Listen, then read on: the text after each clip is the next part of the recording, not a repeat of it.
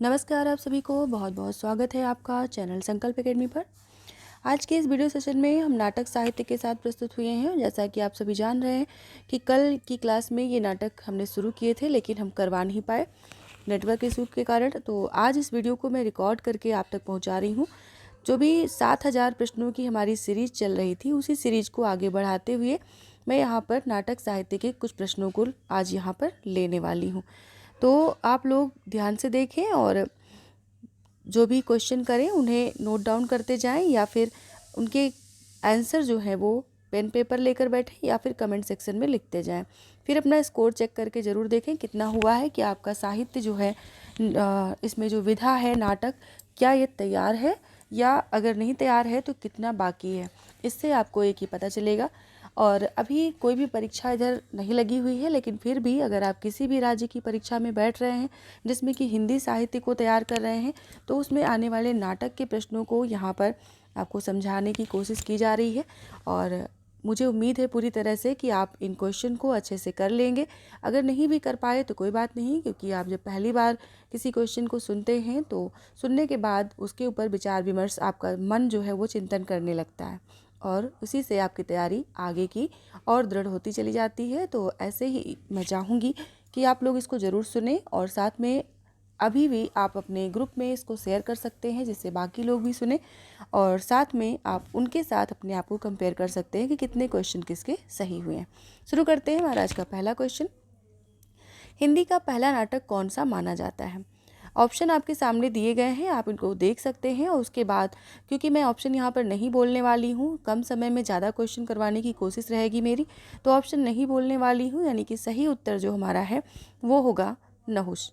C option यहाँ पर सही होगा, नहुस नाटक, जो कि आप जानते हैं कि ये 1859 में प्रकाशित हुआ था, और ये गोपाल चंद्र गिरधर दास के द्वारा लिखा गया है, जो कि भारतेंदु हरिश्चंद्र के पिताजी हैं। और भारतेंदु ने ही इस नाटक को, नहुस को, हिंदी का पहला नाटक माना है। अगला प्रश्न है, रामचंद्र शुक्ल ने हिंदी का प्रथम नाटक किसे स्वीकार किया है? तो अब क्योंकि प्रथम नाटक की श्रेणी जब आती है, उसकी जब सूची तैयार होती है, तो उसमें कई सारे नाटक हमें देखने को मिलते हैं। अगर आपका प्रश्न यहाँ पर ये हो क्या कई सारे नाटक प्रथम नाटक की श्रेणी में आते हैं, तो हाँ, बिल्कुल सही आपका प्रश्न है। अगर आपके विकल्प में नहुस नहीं हो और इसमें से कोई भी नाटक हो, तो उसे आप कैसे टिक करेंगे, कैसे जानेंगे? तो यहाँ पर प्रश्न जो है वो ये पूछ रहा है कि रामचंद्र शुक्ल के अनुसार।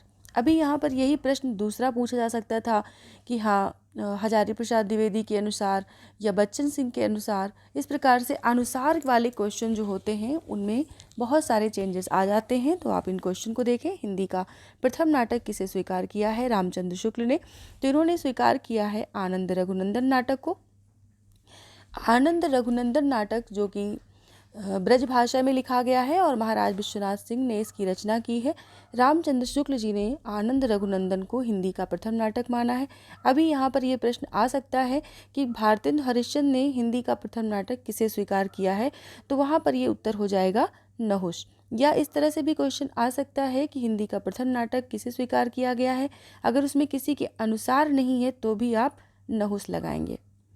अगला प्रश्न है, विलक्षण बात यह है कि आधुनिक गद्य साहित्य की परंपरा का प्रवर्तन नाटकों से हुआ। यह कथन किस आलोचक का है?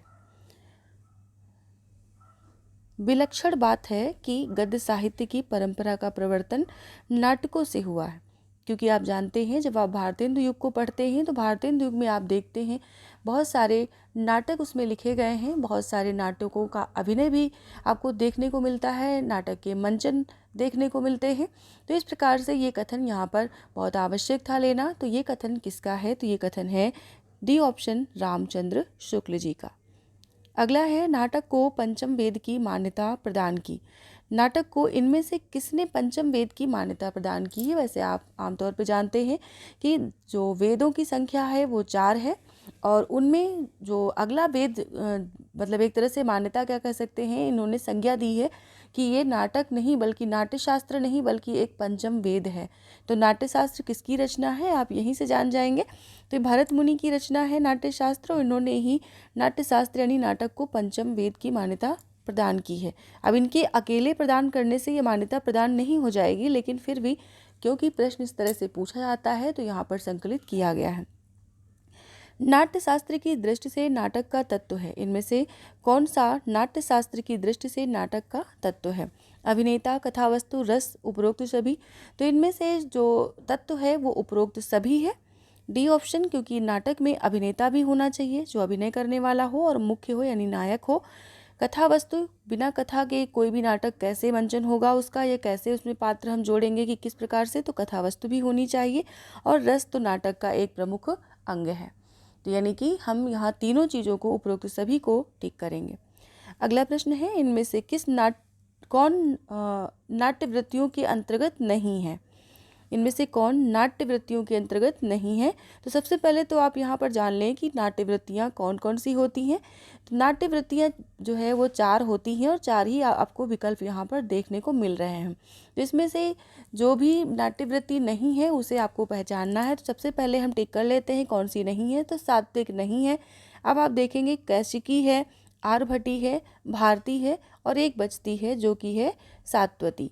तो इस प्रकार से नाटक की जो वृत्ति है वो इस प्रकार से 4 हैं, इनको आप ध्यान रखेंगे और इनका चाहें तो कोई ट्रिक भी बना सकते हैं जिससे कि आपको बार बार ये सोचना ना पड़े और याद करना ना पड़े अलग से। अगला है प्रश्न, दृश्य श्रव्य काव्य से क्या अभिप्राय है? जो साहित्य दिखाई दे जैसे पुस्तकें वो दृश्य हैं।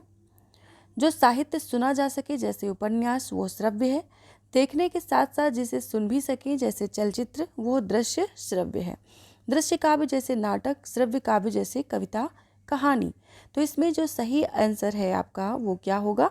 तो वो है सी ऑप्शन, देखने के साथ साथ जिसे सुन भी सकें। दृश्य और श्रव्य काव्य यहाँ पूछा गया है, यानी कि जो दिखाई भी दे हमें और सुनाई भी दे। जैसे हम टीवी पर कोई दृश्य देखते हैं, यानी कि जैसे हम कोई गाना देख रहे हैं उसमें हमको उसकी वीडियो भी दिख रही है और उसकी आवाज़ भी सुनाई दे रही है, तो वो दृश्य श्रव्य सामग्री में आ जाएगा। और इस प्रकार का काव्य जो कि दिखाई भी पड़ रहा हो और सुनाई भी पड़ रहा हो, तो इस प्रकार का काव्य सी ऑप्शन वाला यहाँ पर सही हो जाएगा। अगला प्रश्न है, भारत में सबसे पहला पश्चिमी रंगमंच की स्थापना ... में हुई है।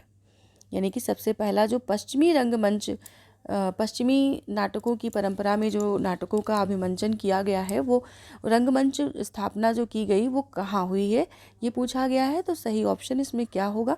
सही ऑप्शन यहाँ पर लेंगे सीधे सीधे है बंगाल, यानी कि सी ऑप्शन बंगाल में हुआ। KVS PGT 2015 में पूछा गया प्रश्न है ये। और अगला है, भारतीय नृत्य की केंद्रीय विधा है। केंद्रीय विधा की अगर हम बात करें, यानी कि कोई भी युग है उसके केंद्र में एक कोई न कोई विधा काम कर रही होती है। अगर काव्य है तो उसको काव्य बोलेंगे, अगर कोई गद्य विधा से संबंधित वहाँ पर केंद्र में रखा गया है तो उसे हम विधा के अंतर्गत रखेंगे। जैसे यहाँ पर प्रश्न पूछ रहा है कि भारतीय युग में ऐसी कौन सी विधा थी जो कि जिसके केंद्र में रख करके बहुत सारी रचनाएँ हुई हैं। तो इस प्रकार से यहाँ पर जो सही ऑप्शन होगा वो होगा नाटक, क्योंकि आप जानते हैं नाटक के टॉपिक को लेकर चल रहे हैं, यानी कि आपको कोई ज़्यादा इसमें सोचने की या एक्स्ट्रा मेहनत करने की ज़रूरत ही नहीं थी। आप तुरंत पता करके बता सकते थे कि हाँ ये नाटक की बात हो रही है। अगला प्रश्न है, भारतीय नाट्य शास्त्र की दृष्टि से नाटक का मुख्य उद्देश्य है। इनमें से नाट्यशास्त्र की दृष्टि से नाटक का मुख्य उद्देश्य कौन सा है? व्यक्तित्व का परिशोधन, चरित्र चित्रण, दृश्यों का प्रस्तुतिकरण, रसास्वादन। GIC 2017 में ये प्रश्न पूछा गया है। तो इसका जो सही आंसर हम सीधे लेंगे इसमें, तो जो मुख्य उद्देश्य है यानी कि नाटक का मुख्य उद्देश्य है वो क्या है? वो है डी ऑप्शन, रसास्वादन। अगला प्रश्न है, रंगमंच पर पर्दे के पीछे का स्थान क्या कहलाता है? तो जो पर्दे के पीछे का स्थान होता है रंगमंच पर, आपने बचपन से लेकर के अभी तक के कोई न कोई नाटक जरूर देखा होगा, चाहे किसी मेले में देखा हो या अपने स्कूल कॉलेज में देखा हो या आपने खुद ही प्रतिभाग किया हो सकता है ऐसा। तो आपने जब भी रंगमंच पर कोई नाटक देखा है तो आप क्या देखते हैं कि पर्दा गिरता है और पर्दा उठता है, यानी कि पर्दे को बार बार मंच पे जब अगला दृश्य दिखाना होता है तो पर्दे को खींच देते हैं और उसके पीछे बहुत कुछ होता रहता है और फिर जो है नए नए दृश्य और नए पात्रों के साथ हमको वहाँ पर कुछ देखने को मिलता है। तो वो जो पर्दे के पीछे का स्थान है उसको हम क्या कहेंगे? तो वो कहा जाता है नेपथ्य, यानी कि पर्दे के पीछे वाला जो स्थान होता है वो नेपथ्य होता है। अगर यहाँ बात करें दर्शक दीर्घा की, तो दर्शक दीर्घा जो पर्दे के सामने यानी कि मंच के सामने बैठे होते हैं उन्हें दर्शक दीर्घा कहते हैं। जैसे कभी कभी आपने संचालन सुना हो कि हाँ, हमारे इस प्रांगण में दर्शक दीर्घा जो भी है उसका मैं स्वागत अभिनंदन करता हूँ या करती हूँ। तो इस प्रकार से आप जान सकेंगे कि दर्शक दीर्घा यानी कि मंच के सामने वाला जो पोर्शन होता है उससे कहते हैं। कलाकार दीर्घा, जैसे कोई कमरा होता है ना, जैसे यहाँ पर पर्दे के पीछे का स्थान है नेपथ्य, तो उसके भी पीछे एक रूम दिया गया होता है जिसमें कलाकार, बहुत सारे कलाकार बैठे होते हैं, ये अपने अपने बारी का इंतज़ार कर रहे होते हैं कि अब हमें इसके बाद, इस दृश्य के बाद जाना है। तब हो सकते हैं, या फिर जिनका जिनका प्रोग्राम ख़त्म हो चुका होता है, जिनके जिनके सीन ख़त्म हो चुके होते हैं, उनके लिए आगे एक जो है मंच के आगे एक दीर्घा बनाई जाती है जिसमें वो आकर के बैठ कर के उन कार्यक्रम को देख सकते हैं। वहाँ भी उसे भी कलाकार दीर्घा कहा जाता है। अगला प्रश्न है वीथी क्या है। वीथी क्या है, इनमें आप ऑप्शन देख सकते हैं। अब नाटक से संबंधित वीथी है, इसलिए वीथी को समझना पहले ज़रूरी है कि ये क्या है। तो भरत मुनि ने दृश्य काव्य के लिए नाटक के दो रूप माने हैं, एक रूपक और उपरूपक, यानी कि एक रूपक तथा दूसरा उपरूपक। तो वीथी वृत्ति के अंतर्गत आती है, यानी कि एक वृत्ति है ये, जैसे अभी आपने पढ़ा था नाट्य वृत्तियाँ, वैसे ही तो ये एक वृत्ति है और वीथी वृत्ति के अंतर्गत आती है। और इन्होंने जो उपभेद किए हैं, इन दोनों के उपभेद किए हैं, रूपक के 10 भेद किए हैं। तो जैसे रूपक के 10 भेद जब होते हैं तो उसमें क्या होता है कि उसके जो भेद होते हैं उनमें से प्रहसन, जैसे कोई अंधेर नगरी आपने पढ़ा हो तो उसे प्रहसन के अंतर्गत रखा जाता है, तो प्रहसन भी उन्हीं में से एक है। और उसके अलावा नाटक, प्रकरण, भाड़, व्यायोग, समवकार, डिम, एहामून, अंक, वीथी, प्रहसन, ये सभी उन रूपक के 10 भेदों के अंतर्गत आते हैं। कहा जाए, अगर देखा जाए तो वीथी एक तरह से रूपक का एक भेद है। दृश्य काव्य की विधा है, अगला प्रश्न पूछा जा रहा है, दृश्य काव्य की विधा इनमें से कौन सी है। तो मैंने अभी बताया कि जब भी कोई आप ऐसा कुछ देख रहे हो जिसमें कि आपको पढ़ने पे आपके सामने कोई चित्र उपस्थित होता है, वो तो हो जाता है आपका बिंब, है ना, बिंब उपस्थित होना। लेकिन यहाँ पर बात कही जा रही है कि दृश्य काव्य, यानी आप ऐसा कुछ सुन रहे हैं, देख रहे हैं, जो आपके सामने एक तरह से मंचन हो रहा है। तो मंचन इनमें से किसका होता है नाटक का, यानी कि ए ऑप्शन यहाँ पर सही हो जाएगा। अगला है पांचवें पैगंबर नाटक के लेखक हैं, इनमें से कौन है। KVS PGT 2015 में ये प्रश्न पूछा गया है कि पांचवें पैगंबर नाटक के लेखक कौन है। तो इसका जो सही उत्तर है वो है डी, यानी कि भारतेंदु हरिश्चंद्र जी। तो इन्होंने ये नाटक लिखा है पांचवें पैगंबर। अगला है चंद्रावली नाटिका के लेखक पूछा जा रहा है, इसके लेखक कौन है। हम सीधे सही ऑप्शन को लेंगे, सही ऑप्शन है हमारा ए, यानी भारतेंदु हरिश्चंद्र। अगला प्रश्न है हिंदी नई चाल में ढली, भारतेंदु की ये पंक्ति किस पुस्तक से ली गई है। ये बहुत बार आपने पंक्ति सुनी होगी कि हिंदी नई चाल में ढली किसकी पंक्ति है। तो यहाँ पर दो प्रश्न एक ही साथ तैयार हो जाते हैं, एक तो ये कि भारतेंदु की पंक्ति है, दूसरी ये कि ये किस पुस्तक से ली गई है। आपका ये जो प्रश्न वाकई में यहाँ पूछा गया है, इसके आधार पर यहाँ पर दो प्रश्न आपके तैयार होते हैं। तो ये जो सॉरी सी ऑप्शन कालचक्र पुस्तक में भारतेंदु की ये पंक्ति प्रकाशित हुई थी, हिंदी नई चाल में ढली। अगला प्रश्न है भारत दुर्दशा के रचनाकार कौन है। तो भारत दुर्दशा बहुत ज़्यादा पूछा जाने वाला नाटक है जो कि भारतेंदु का है। PGT 2016 में ये नाटक पूछा गया था। आचार्य पद्धति वाले 12 और 5 2005 वाले एग्जाम में भी ये पूछा गया था।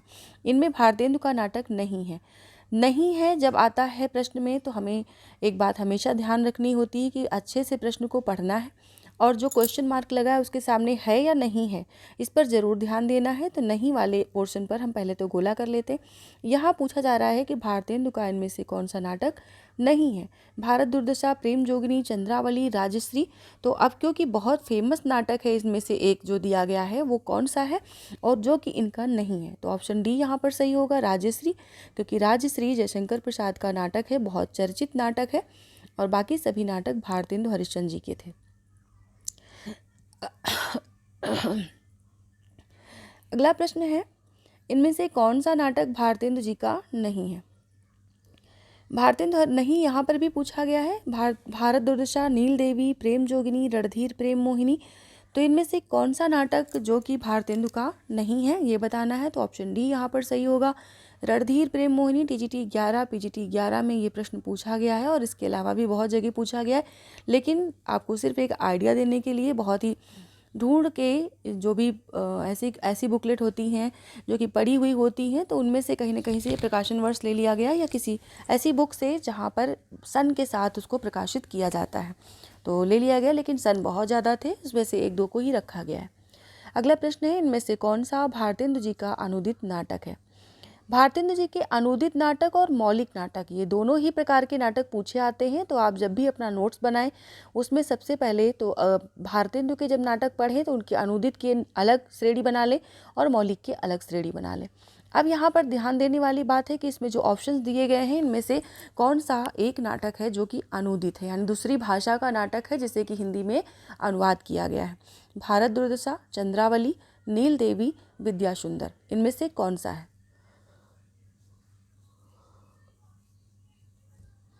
तो इसका जो सही उत्तर है वो है डी ऑप्शन, विद्यासुंदर। विद्यासुंदर नाटक जो है वो संस्कृत भाषा से हिंदी में अनुवाद किया गया है। संस्कृत में चौर कवि के चौर पंचासिका व बंगला में यतीन्द्र मोहन ठाकुर का विद्यासागर नाटक का अनुवाद है। दो भाषाओं में ये लिखा हुआ मिला है, एक तो संस्कृत में चौर कवि थे जिनकी के नाटक का नाम था चौर पंचासिका, और बंगला में यतीन्द्र मोहन ठाकुर हैं जिनके नाटक का नाम है विद्यासागर, जिसे कि भारतेंदु हरिश्चंद्र ने विद्यासुंदर के नाम से अनुवादित किया है। अगला प्रश्न है, आधुनिक हिंदी नाटक का जनक तथा हिंदी नवजागरण का अग्रदूत किसे कहा गया है। आधुनिक हिंदी नाटक का जनक तथा हिंदी नवजागरण का अग्रदूत किसे कहा गया है। ऑप्शन अच्छे से देख लीजिए फिर सही उत्तर दीजिए। तो यहाँ पर हम सीधे सही उत्तर लेंगे, ऑप्शन आपने पढ़ लिए होंगे। तो ये कहा जाता है ऑप्शन ए, भारतेंदु हरिश्चंद्र को। अगला प्रश्न है, भारतेंदु ने एक रात में किस नाटक की रचना की। नील देवी, भारत दुर्दशा, अंधेर नगरी, विशस्य विषमौसधम। तो भारतेंदु ने एक रात में ही किस नाटक की रचना की है ये प्रश्न पूछा जा रहा है। तो इन्होंने भारतेंदु ने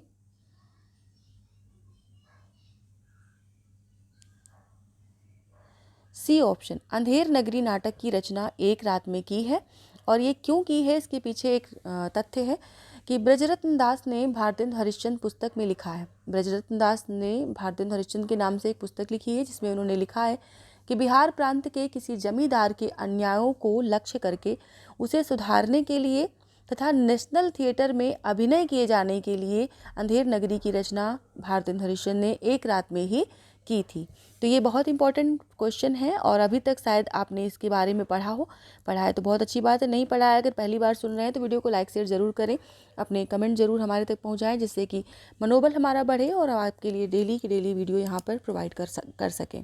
अगला प्रश्न है, विवाह संबंधी प्रश्न पर लिखा गया भारतेंदु का कौन सा नाटक है। विवाह संबंधी प्रश्न पर इस तरह के वर्ड विषय भी पूछे जाते हैं जो बहुत महत्वपूर्ण नाटक होते हैं। जब भी आप नोट्स बनाएं उसमें नाटक के जो भी, जैसे अभी आपने पढ़ा भारतेंदु का अनुदित और मौलिक, तो उसमें वर्ड विषय भी साथ में लिखते चले कि किस नाटक का कौन सा वर्ड विषय है। तो विवाह संबंधी प्रश्न पर लिखा गया भारतेंदु का इनमें से कौन सा नाटक है। तो ये है विद्यासुंदर, ऑप्शन बी विद्यासुंदर।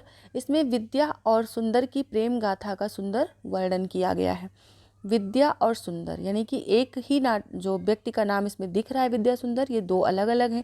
विद्या इसमें स्त्री पात्र है और सुंदर इसमें पुरुष पात्र है। इन दोनों की प्रेम गाथा का वर्णन इस नाटक के अंतर्गत किया गया है जिसमें कि उनके विवाह संबंधी प्रश्न पर लिखा गया है। अगला प्रश्न है, नेशनल थिएटर में अभिनीत किए जाने के लिए भारतेंदु ने किस नाटक की रचना की है। और आपको बता दूं ये सभी प्रश्न मैं जो यहाँ पर ले रही हूँ ये सब मेरी लिखी गई पुस्तक है जिसका नाम है हिंदी सम्यक समाधान, उसी से लिया है मैंने, उसी की पीडीएफ है ये। और ये पीडीएफ मैं यहीं से बनाती हूँ यानी बुक से ही बनाती हूँ। और कल मैंने कोशिश की थी, थोड़ा सा करेक्शन उसमें हो गया था इसलिए उस वीडियो को नहीं लिया मैंने उस पीडीएफ को। लेकिन आप अगर इस बुक को लेना चाहते हैं तो इसमें आपको इलाहाबाद में या और भी कहीं किसी शॉप पे मिल सकती है, क्योंकि इसका मैंने सिर्फ इसको लिखा है और मेरे नाम से ये छपी भी है। लेकिन मैं इसके बारे में ज़्यादा कुछ नहीं बता सकती क्योंकि प्रकाशक जो हैं उनका ही इस पे एकाधिकार है और उन्होंने ही ये एड्रेस दे रखा है बुक के पीछे, फ़ोन नंबर भी दे रखा है जिससे आप इसको मंगवा सकते हैं, और बाकी लोग भी ग्रुप में हैं उनसे भी आप साझा कर सकते हैं कि आप कैसे मंगवा सकते हैं इसको। अगर आपको क्वेश्चन अच्छे लगे तो बुक ज़रूर मंगवा लें, अपने पास ज़रूर रखें, क्योंकि लगभग 7000 प्रश्नों का संकलन है ये, और इसमें कोशिश की गई है कि हर टॉपिक के प्रश्नों को ज़्यादा से ज़्यादा लिया जाए, जिससे कि जब भी कोई नया कैंडिडेट पढ़ने बैठे तो उसके समझ में ज़्यादा से ज़्यादा चीज़ें आ जाएं कि हाँ किस प्रकार के प्रश्न पूछे जाते हैं। और उत्तर की प्रामाणिकता बनाए रखने के लिए इसमें व्याख्यात्मक हल के रूप में एक वाक्य में उत्तर देने की कोशिश की गई है, लेकिन कहीं कहीं मिसप्रिंटिंग हुई है, जिसके लिए मैं माफ़ी चाहूँगी, और आगे का जब भी नया संस्करण निकलेगा तो उसमें उसको सुधारने की पूरी कोशिश भी करूँगी। तो इस वाले प्रश्न का उत्तर देखिए, नेशनल थिएटर में अभिनीत किए जाने के लिए भारतेंदु ने किस नाटक की रचना की थी? तो अभी ऊपर हमने इसकी चर्चा की थी, ऑप्शन सी इसमें सही है, अंधेर नगरी। अंधेर नगरी जिसे कि इन्होंने एक रात में ही लिखा था, और इसकी व्याख्या हम ऊपर कर चुके हैं। अगले प्रश्न की बात करें तो अगला प्रश्न है, भारतेंदु जी ने अपने मौलिक एवं अनुदित नाटकों के द्वारा एक साथ कई काम किए। उन्होंने नाटकों के माध्यम से नई हिंदी को लोकप्रिय बनाया, पारसी रंगमंच का विरोध किया तथा प्राचीन नाटकों का उद्धार किया। भारतेंदु के संबंध में ये कथन किसका है? ऑप्शन देख लेते हैं। ऑप्शन है आचार्य शुक्ल, रामविलास शर्मा, विद्यानिवास मिश्र, हजारी प्रसाद द्विवेदी, इनमें से कौन है? तो ये ऑप्शन देख करके आपको पता चल ही गया होगा कि इसमें किसने लिखा है। फिलहाल इसका हम सही उत्तर लेते हैं, ऑप्शन बी, रामविलास शर्मा। रामविलास शर्मा ने ये भारतेंदु के नाटकों के विषय में इन्हें कहा है, यानी कि जो भी ऊपर अभी आपने पढ़ा है, तो इन्होंने पारसी रंगमंचों का विरोध किया और प्राचीन नाटकों का उद्धार किया। प्राचीन नाटक हमारे संस्कृत भाषा में ज़्यादातर मिलते हैं, जिनका कि अनुवाद कर करके इन्होंने मंचन करवाया और लोगों को परिचित कराया हमारी सभ्यता और संस्कृति से, और जो कि हमारे देश में पारसी थिएटर के माध्यम से लोगों को एक तरह से बरगलाया जा रहा था, उससे वहाँ से उन दोनों मतलब एक साथ दो काम उन्होंने किए। और इसके पीछे एक छोटी सी कहानी भी है कि जब मैकाले की बात आई कि मैकाले से ये कहा गया कि क्या भारत में इंग्लिश मीडियम स्कूल खोले जाने चाहिए, तो उन्होंने कहा हाँ बिल्कुल खोले जाने चाहिए, लेकिन हिंदी की अध्यापक की ज़रूरत पड़ेगी क्योंकि सारे लोग यहाँ इंग्लिश नहीं जानते। तो इस बात पर जोर दे करके मैकाले ने कहा कि अगर मैं आपको बता दूं कि हिंदी साहित्य सिर्फ इतना है जितना कि मेरे जूते रखने की अलमारी में मेरे जूते, तो उस बात से मतलब उस बात का विरोध करने के लिए भारतेंदु जी ने आवाज़ उठाई और लोगों को जागरूक किया कि भाई किसी भी भाषा का कोई भी ग्रंथ हो उसे भी आप अनुवादित करें, लेकिन सब जगह हर शब्द पे आप लेखनी चलाएं। सभी लोग जो भी लिख सकते हो, जिनके अंदर जरा भी शब्द संपदा हो, नहीं भी हो फिर भी लिखें, क्योंकि हमें ये दिखाना है कि हमारा साहित्य सबसे विशाल साहित्य था इस दुनिया का, जिसे कि आप जानते हैं नालंदा विश्वविद्यालय तक्षशिला में जला दिया गया था, और उसके बाद हमारे पास जो साहित्य है वो सब मौखिक रह गया। यानी कि हमारे जो पूर्वज थे वो बहुत ज़्यादा विद्वान थे, उन्हें पता था कभी ऐसा हो सकता है कि हमारी जो लिखी हुई प्रतियां हैं ये नष्ट करा दी जाएं, ऐसा भी हो सकता है। तो उन्होंने अपने अपने शिष्यों को उन सभी ग्रंथों को कंठस्थ करवा दिया था, जिससे कि बाद में उनको लिखा जा सके। तो इसी आधार पर बहुत सी चीज़ें बाद में देखने को मिलती हैं जो कि लिखी गई, उनमें कहीं ना कहीं कुछ न कुछ कमियां रह गई। लेकिन हिंदी साहित्य की जब बात आती है तो हिंदी साहित्य का उत्थान करने के लिए भारतेंदु हरिश्चंद्र ने बहुत बड़ा कदम उठाया, बहुत सारे नाटक अनुदित किए और लोगों को ये प्रेरणा दी कि अगर मैं कर सकता हूँ तो आप भी कर सकते हैं।